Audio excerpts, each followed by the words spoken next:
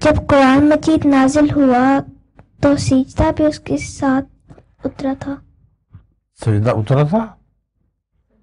ایک سجدہ نہیں، ہر سجدے کی جگہ پہ حضرت صلی اللہ علیہ وسلم کو حضرت جبرائیل بتا دیتے تھے کہ یہ وہ جگہ ہے جہاں سجدہ کیا کرو، تو آپ اس کو سجدہ کیا کرتے تھے.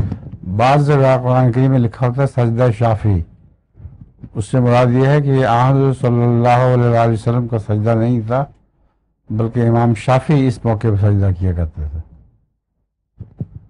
ٹھیک ہے؟ حضور ایک جوک بھی ہے. جو بھی ہے، شاباش، آج تو کمال ہوا پڑا ہے، چھوٹی چھوٹی بچیاں نے لطیف یاد کر لی ہیں. ہاں سنائیے. ایک فقیر مولوی صاحب کے پاس گیا اور بولا بابا اللہ کے نام پر کچھ دے دو. مولوی صاحب کہنے لگے کہ میں اپنی داڑھی پر ہاتھ پھیرتا ہوں، میں اپنی داڑھی پر ہاتھ پھیرتا ہوں، اچھا جتنے بال میرے ہاتھ